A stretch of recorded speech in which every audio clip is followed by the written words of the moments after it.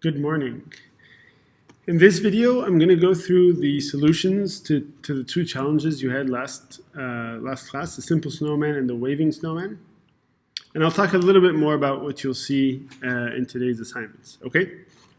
So, I hope you found this simple. The whole idea is to basically just draw three circles. And it says here, you'll draw the snowman using the ellipse command. So ellipse here, when you type the word ellipse, and you put the parentheses around it, this is basically a function. It's a built-in function in Khan Academy. So basically, when you write this, it runs other code that uses the numbers like these ones that you input into the code. Okay, so let's start with the hint they gave us over here. 200, 300, 150, oops, and 150. Let me put some spaces and a semicolon. Good. So already you can see that it's pretty simple to draw a circle. It's much more simple than it is on code.org. Remember, we're not moving in a circle. We're just saying ellipse. Ellipse is a general form of a circle. You see that those two numbers are the same. If we make one of them bigger, then it becomes, this is what an ellipse is. And so a circle is a type of ellipse where both axes are equal. It's the same way like a square is a rectangle, but a rectangle is not a square. And so a circle is an ellipse, but an ellipse is not a circle. Now, one thing I want you to add as you're doing this is comments. So you see here it says bottom circle. It doesn't matter if you haven't already, but it helps later on when you have a lot of code to keep your code neat. So because I'm going to use this again, it's good to label it. So I'm labeling this bottom circle. And so now when I write middle circle, I know that the second time I type ellipse is going to be something different. Okay? What I'm going to do is this. I'm going to write the same exact numbers. So 200, 300, 150, 150. And you shouldn't see anything because they're right on top of each other. And then I know that this first number here controls the x-axis. So if I change it, if I change it, it moves side to side, right? And the second number controls the y-axis. So if I change this one, it moves up and down. So I'll first position it somewhere here, and then I'll make it a little bit smaller because these two control the width and the height. So let me make this, let's say, 125 and 125 there. Okay, so again, I can move this a little bit up if I don't like it. And that's pretty good. Now, notice one more thing. The circle isn't just an outline. You can see the bottom circle here. Once it goes behind the middle circle, you can't see the line anymore. So the circle is filled in. It's already filled in, but it's filled in with white. So keep that in mind because you might be drawing things behind each other, like behind each other, and not even noticing. Okay, and then finally we'll do the top circle.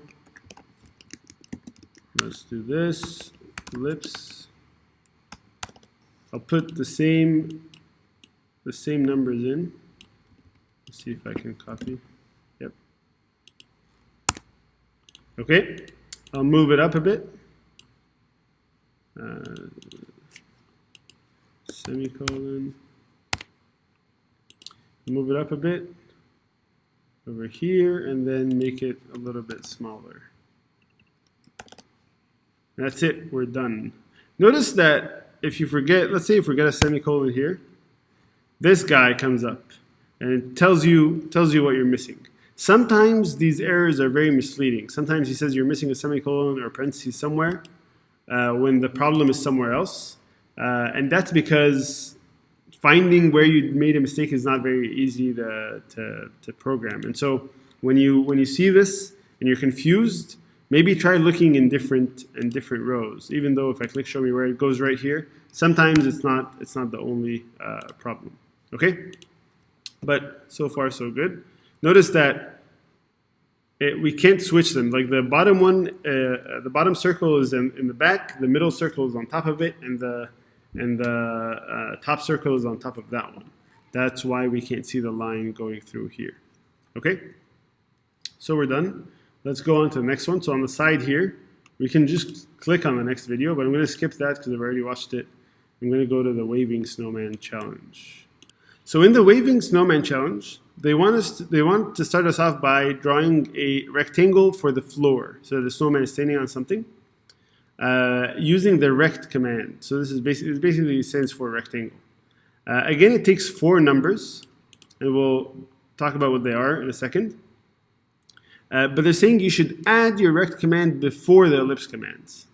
Basically, they want you to draw the rectangle behind the snowman so that it doesn't look like he's standing behind something. And let me do it wrong first. So let me add here floor and say rect. The first number is the x coordinate. So I'm going to put 0 here because we want to start on the left edge. Second one is the y. Well, I want it to start near the bottom. So I'm going to put 350. Maybe I'll do 300. And then the width of the whole canvas is 400, just like it was on code.org. And then the height, I'm just going to say 50 for now, see how it works. Okay, so it's a little bit high, so maybe I'll change this to 350. Oh, 350. There. This is good. I want to see the left edge. This is good, but it's not. But it looks kind of weird. It looks like the snowman is standing behind the block of wood, like we said. So I'm going to switch this and put it up here so that the snowman looks like he's standing on top of it. Okay? I can't see the left and bottom edges, so I'm going to make this slightly smaller. There, now I can see the left. And maybe if I change this to 49, there, now I can see the bottom. Okay. Now they're asking us to add 2 lines, one for each arm. Notice that in the picture here, the lines are above the circle, the middle circle. And so we have to draw them after the middle circle. And so I'm just going to draw them down here. I'm just going to say arms. Actually, let's start with left arm. I'm going to say line. Again, it takes 4 points. They gave us the starting points here, so 160, 200, sorry, not 4 points, 4 parameters.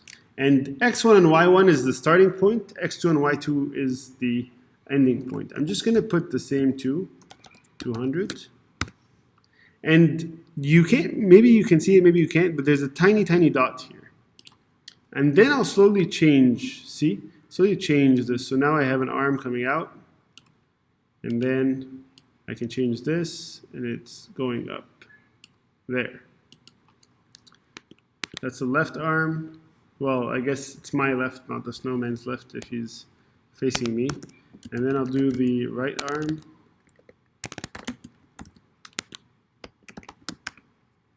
I'll do the same thing. I'll start with the numbers they gave me. So 240, 200, 240, 200. And slowly change it. So I'm going to add, there we go, now I get a line, and then I'll decrease this to raise it up. Okay? All right, and we're done. For today, we're going to talk about coloring. And it's actually one of the easiest ways to color. Again, much easier than code.org.